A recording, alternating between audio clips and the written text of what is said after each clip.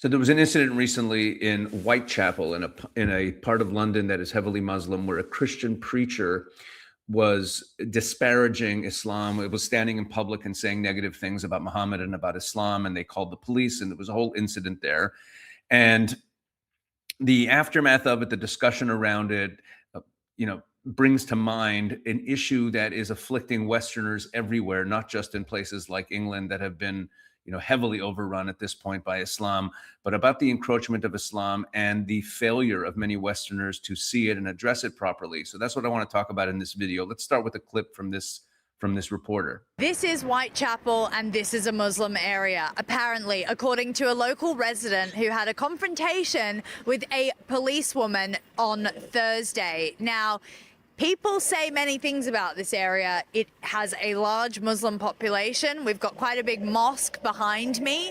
And the demographic change has been very interesting in the last 20 years. Let's talk to some local residents about what they think about the recent news and how they feel about living in this area. Those who contacted the police told us their actions were justified because, as they put it, this is a Muslim area. And this is East London, this is Whitechapel, Bengali area also, Muslim area. That claim raises questions about how people see the rules applying locally. So we went out to ask residents what they thought. Would you say this is a Muslim area? More or less. Is Whitechapel a Muslim area? Well, apparently it is, but for them to even be proudly say this is a Muslim area, when Christians are trying to live there too, is totally unacceptable. Yeah, definitely. It's Muslim area. Mainly Muslim people living around here. It is a Muslim area. Yeah? Lots of Bengali people and Muslim people live around this area. Excuse me, is Whitechapel a Bengali area? Yeah, Bengali area, Yeah? Bengali, yeah. Yeah? You don't think so? No. No. And we just came here about half an hour back, so it's too early for us to comment. Okay, fair enough. And even if it is, it doesn't really matter. Okay. Because we come from India and multicultural. You have some Islamic areas in India, though. We have too many. We have too many Islamic areas. Whitechapel's an area, no? Is it a Muslim area? I say there's a high percentage of Muslims, but I wouldn't call it a Muslim area. It's an area for anyone. I presumably, yes, it's a nice Muslim area because there's a big mosque here and all the food are halal. That's the most important. So at the weekend, just that way, there was a Christian preacher that obviously caused a lot of drama within the area. The police were called on the pretense that the Christian preacher had said things about Islam. Now, those who called the police officer were, I guess, under the misapprehension that it is an offense to say anything bad about Islam, but you can understand why, because just a couple of yards behind me is one of the biggest mosques in Western Europe with a capacity of 7,000 worshippers at a time. So we are really in the eye of the storm here in Whitechapel. Some residents are saying the police should be called if someone says something offensive about Muslims. But that raises a bigger question. Where does offence end and criminality begin? In the UK, blasphemy laws were scrapped years ago. The law covers threats and harassment, not simply hurt feelings. Critics argue that once you start policing offence, you risk creating different standards for different groups. And that's where the tension really lies. If people say things that are offensive to Muslims, should the police be called? Yes, definitely. Okay, so you see what's going on here, and just a second or two before before this guy came on screen and I paused the video, you might have seen that the Whitechapel subway station, the tube station, had the name of the station in both Arabic and English on it. And look, that's obviously we're talking about people who came to England not to assimilate but to take over neighborhoods, and this is a topic we've been talking about a lot. Now I want to go to a segment of an interview that Piers Morgan did with Saad, the great professor and public intellectual from Montreal, originally Lebanese. And he had the following exchange with Piers Morgan. So have a look at this. Let's pull it up. There we go. Draw the analogy that I promised earlier. The shingles virus is something that you and I, given that we're roughly the same age, is something that we should be concerned about. It lays dormant in you, for 20, 30, 40 years. And then there is a catalyst that then can trigger the shingles virus, and it results in a very uncomfortable situation for you, even though it lay dormant in you for 40 years. So when Islam is only 1% of the population, or 2 or 3, they don't yet have the numbers to be able to do the things that would otherwise worry you. But once they become 20%, 30%, 40%, then we can exactly predict the trajectory as we would diabetes. So again, you have to have the imagination to extrapolate into the future, and then hopefully, inshallah, the light will come to you. Right, but there'll be lots of people who hear you, compare Islam to a disease, who will find that incredibly offensive. And there'll be many millions of Muslims in the UK, because statistically, the absolutely vast majority of Muslims in the UK do not commit radical acts of terrorism. So 99% at least are living in peaceful harmony and not engaging in this. And in fact, a tiny fraction of British Pakistani Muslim men, for example, were engaged in the grooming gangs, albeit their behavior was disgusting and reprehensible, and the cover-up was just as bad. So my point being that, as I read out earlier to the panel, the vast majority of sex attacks in the UK are still perpetrated by white men, for example, right? So, statistics can be twisted any way people want, but this categorization of Islam as a disease in a country like the UK, I just don't sense that. Of course, by the way, I don't know if you're doing this willfully or not. I'm not categorizing Islam as a disease. I'm drawing an analogy. The definition of an analogy is to draw exactly a comparative mechanism of how things might proliferate. So I'm not saying Islam. Yeah, or but Muslims. You were direct. Hang on, Gad, let's not be disingenuous. You were directly comparing it to the impact of having a disease that spreads.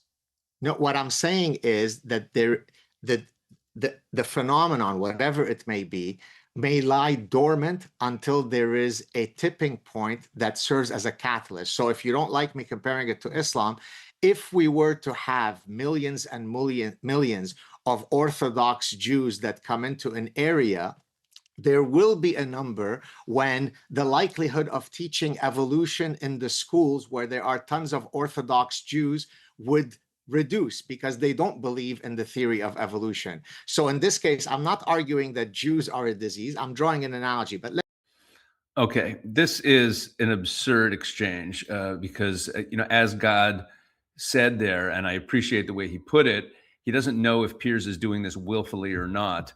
The difference between a comparison and an analogy is kind of what's escaping Piers Morgan. So on that point, Saad put out a separate video to respond to Piers Morgan's inability to know the difference between a comparison and an analogy. Have a look at this. this is of you who watched my most recent appearance on Piers Morgan's show might remember that the structure of our 20-minute exchange was him taking a position and then my offering a set of analogies to demonstrate the erroneous nature of his positions. And I use analogies because they're actually an incredibly important and powerful cognitive structure of how to make arguments. In this book right here, in my 2023 book, I really do hope more people were to go out and order a copy. Between pages 118 and 122, I offer some discussion of the importance of analogical reasoning. I'll just read a small part just from the introduction, although the entire section, the entire book is fantastic. In my public engagement, I often use analogical reasoning to demonstrate the fallacy of a given position. The power of analogies comes from our human desire to compare and contrast experiences and data. Or to put it in the context of this chapter, analogies apply intellectual variety seeking and interdisciplinary interest to the common sense application of logic. Some of the greatest scientific insights in human history were arrived at via analogical reasoning, perhaps none as famously as Johann's Kepler's use of extensive analogies in developing his cosmological work on planetary motion. So this is in the 2023 The Sad Truth About Happiness book. And so despite the fact that I had prepared a very broad range of analogies for Piers, I wasn't able to get through. The point that I was trying to make, I mean, there were different analogies were used for slightly different reasons, but one of the arguments I was trying to make is that you really have to have the imagination to extrapolate from a current position. If the current position is this, can I trace a trajectory to forecast where I'll be at time t plus x? And so let me try 3 new attempts. Okay. So if a train is 1 kilometer away and it is traveling toward me where I am stuck on the train tracks, it's 1 kilometer away, it's traveling at 60 kilometers an hour, and now I have to decide, hey, can I predict the trajectory of where this is going to go? Well, it turns out if you do the calculations, Grok did the calculations for all these 3 examples I'm going to give you next, it takes exactly 60 seconds for the train to hit you. But at second 1, second 2, second 3, second 4, second ... 59, see, the train is not hitting me. There is no problem. So for 59 out of the 60 seconds, I was perfectly fine. This is how Piers is thinking. Look, here I am on the street. There's only 6% Muslims. Nothing can go wrong. The train is barreling down. Okay, you don't like this analogy? Here's another one. Now, these are, in a sense, hyperbolic because they seem so obvious, but they exactly demonstrate the point of the inability to extrapolate from a current position using very predictable trends to a future position. The 2 atomic bombs that were dropped on Hiroshima and Nagasaki at the end of World War II by the Americans on Japan took 43 seconds to hit the ground from the place where they were launched or dropped. So for 42 out of those 43 seconds, the person who saw the bomb dropping said, see, the dropping of the bomb didn't result in anything. It's perfectly fine. At the 43 second, they're incinerated into oblivion. Imagination to extrapolate. The bomb is dropping. For 90+%, 99% of the time, you're alive after it dropped. You're only dead when it hits the ground. Okay, number 3. If you jump off the Empire State Building, it takes about 8.8 to 9 seconds for your brain to be splattered on the ground because there is a very predictable reality. It's called gravity that will ensure that if you jump out, you will die. But for many, many seconds, you're not dead. As a matter of fact, it's a very exhilarating form of adrenaline free fall. But you're dead. So I hope my friend Piers Morgan, who, by the way, I really do appreciate going on his show because he's always very respectful with me. We always have good conversations. But I just need to find a way to crack that nut to be able to say, you can't keep going, but it's time t equal now. It's perfect, so we're all good. I'm trying. Take care, everybody. Okay. God is great. So, he does a great job there. So this reminds me of a conversation I had with a friend of mine. So I grew up in Canada. I lived in Montreal until I was 14. And then I went for high school to Toronto and I stayed there through my college years. And, Canada has really turned quite against Israel. There were a lot of pro-Hamas demonstrations. Anti-Semitism has been on the rise precipitously in Canada. If you've been following what's been happening there for the last couple of years, massive increase in the Muslim population has contributed greatly to this. There was already some of this when I was there. When I was at York University back in the late 80s and early 90s, there was a Muslim student association that we had some run-ins with. That was the very beginning of it. But things have gotten much, much worse in Canada. So I was having a conversation with a friend of mine who's still back in Canada, and I asked him, are you planning to leave? Like, at what point are the Jews planning to, are you planning to get up and leave and come to Israel? And he said, well, it's not as bad as you think it is here. So I said, okay. I said, do you have any hope or any optimism? Do you see any playbook moving forward of the situation improving for Jews in Canada? Or do you only see it deteriorating? And he admitted that he only sees it deteriorating. So I said, well, then in that case, it doesn't really matter, how far along you are on the process and how bad it currently is. Because if you agree that the trajectory is only in one direction, the way God presents it in these analogies, to extrapolate a future situation from the current trajectory where it's obvious where it's going, and there's no rational reason to see the situation reversing itself. So that's what we call inevitability. So I think this is. I don't think I have to say any more.